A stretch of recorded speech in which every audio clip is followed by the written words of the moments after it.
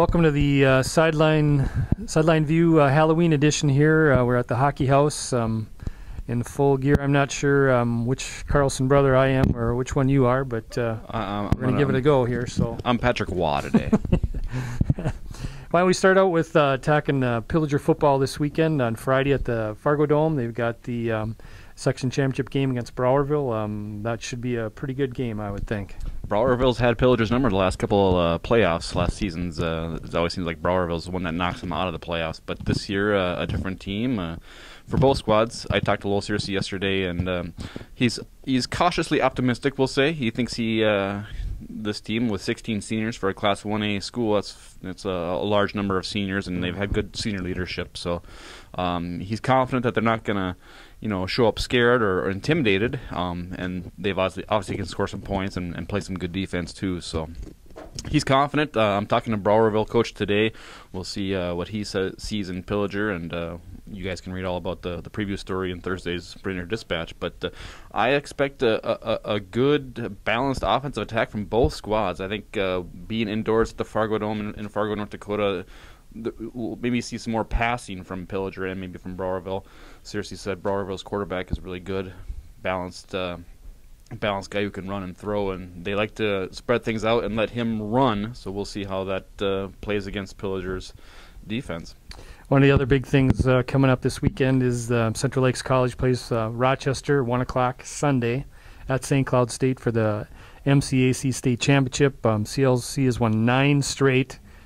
Did beat Rochester during the regular season. Had a very impressive win last weekend in the semis against Northland, and they're really rolling. I mean, I don't know. I think it's going to take an awful good effort to beat them, and if history continues the way it has been the last few years, I mean, win or lose, they should get to go to a bowl game. Last year they didn't even make the state playoffs. They got beat right in the last game of the regular season, knocked out of that, and they still got to go to a bowl game. So I did think they'd have a good shot at that. I mean, Greg Medic and his staff over there have really done a great job this year, and they've had numerous players of the week and a very even balanced. Just seems like somebody different is doing the job for them every week. So I would think that should be one heck of a game, I think, on Sunday afternoon against Rochester for the state title. Another state tournament we have coming up. State cross country. You want to talk? We have Sarah Ye from Brainerd, and then we also have 7 area people. 7 area people, 3 from Crosby, Severson, Goodwin, and Stockman. And then we have Zeta from Staples Motley. We got Schmitz from Wadena. We have Nur from Pillager, another Pillager, success story, and Mikey Ryan from Pequot Lakes. It's kind of a new experience for most of these people that haven't been there. I know Crosby boys went the last 2 years, and Goodwin and Severson were both on that team. But going as individuals is a little different. It's you against the pack. So we'll see how these individuals do down there.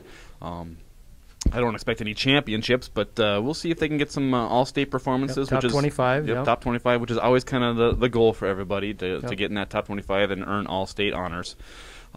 Sarah Ye has kind of been a surprise. She missed the first. I know she missed the first regular season cross country meet. Talk to me a little about what she was bothered by a lot of illness and injury this year, and I think she missed like 2 regular season meets. She was back. She did run in like 6, I think, and then she ran in the Central Lakes Conference meet there and just missed getting all conference there by 1 place. So she's really coming on. Talking to Coach Harris, Sarah was Athlete of the Week this week.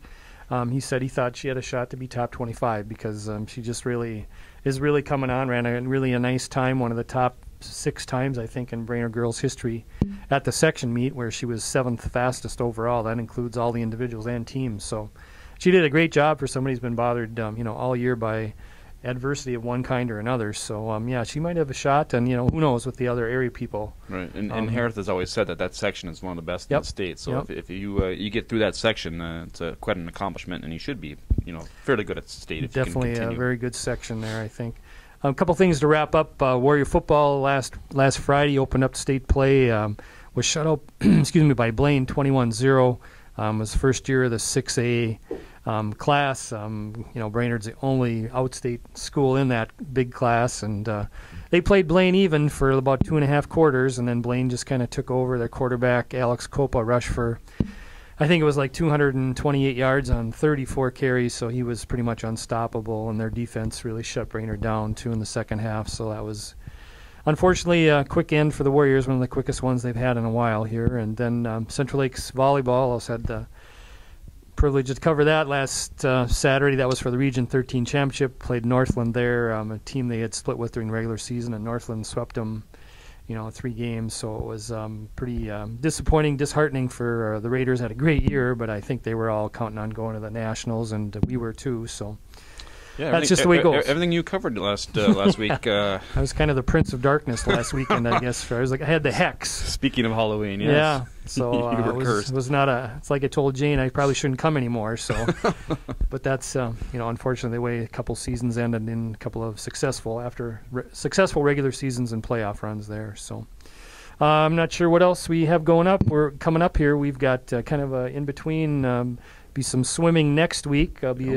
Be section meets next week, and see how Pillager football keeps going. Hopefully state football and a national championship for CLC.